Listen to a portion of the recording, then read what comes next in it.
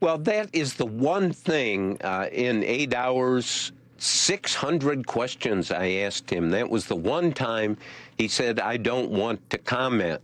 And I fault myself for not following up on that. Obviously, I was talking to people who said they're developing a plan, or Trump is thinking about not leaving the White House, or claiming that he won no matter what happened, whatever the evidence is. And so my fault, but there is a foreshadowing of what happened and his completely unsupported claim that the election was stolen from him.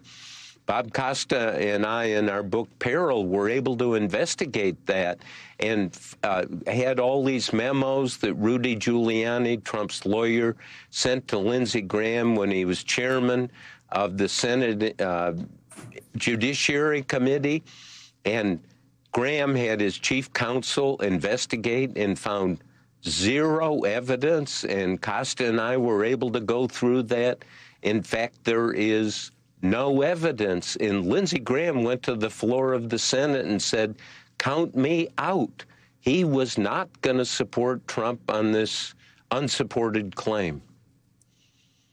Yeah, and that goes to something that is really attention right now at this moment as we head into the midterms. It's something your work has explored, which is whether we can remain a nation bound by the rule of law, with even the imperfections that exist, or whether we descend into something else. And it's striking that Trump, who's been known to echo and sometimes plagiarize aspects of past campaigns, he's certainly got the message about law and order. Many people argue he was not a uniformly egalitarian commander-in-chief in that sense of dealing equally with everyone. But here's an exchange about law and order.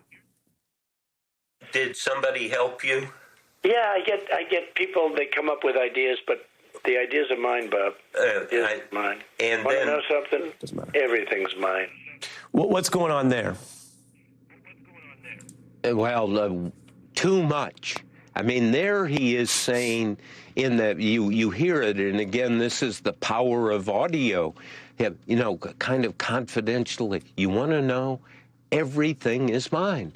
I have never heard anybody in the presidency even talk about that and think that somehow there is ownership in this. And the tragedy in all of this, when you go through all these audio tapes and the discovery, how he covered up the warning he got in January about the virus coming, Trump does and did not, this is 9 months when he's in office, when I'm having these conversations with him, didn't understand the presidency and the obligations to the people.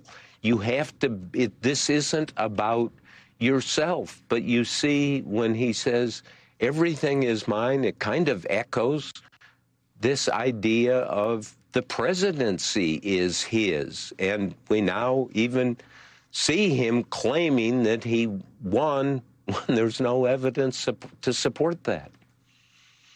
Yeah, and it's so interesting. You put it very frankly, Bob.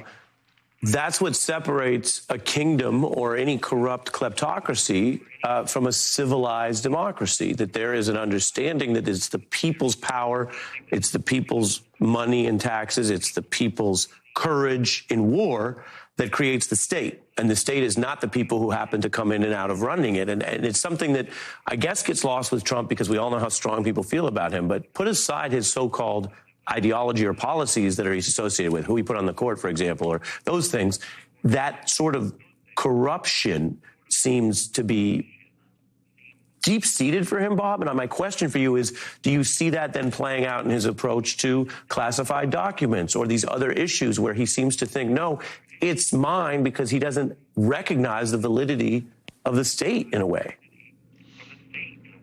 Well, that's very well put. I mean, he does not. There is government, and he's president, and he's got all this power. I mean, there's a concentration of power in the government that someday, as a country, a concentration of power in the presidency that someday we're going to have a better understanding of and do something about it, not change the Constitution. The president's still the chief executive. But we need to know when somebody like Trump comes in and just the sweeping disregard for other people, other ideas. It's not just everything is mine. In the very sensitive negotiations with North Korean thuggish leader Kim Jong-un, Trump, and I'm asking, the CIA says he's stupid. No, Trump says he's smart. He's very smart. And then he says, I asked, why do you say this? The CIA says he's stupid. And then, I mean, if you hear the audio of this, it's just like Trump is saying, only I know. Now, I've done work on 10 presidents going back to Nixon and never heard any kind of notion that a president is going to say, only I know. You've got to listen to other people. Yeah, you can decide, you're the chief decider, but you can't tune out the understanding that other people have, whether they're experts, whether they're advisors. Tragic. This is a tragic story, and Trump's on the ballot now in the upcoming elections, though his name is not there.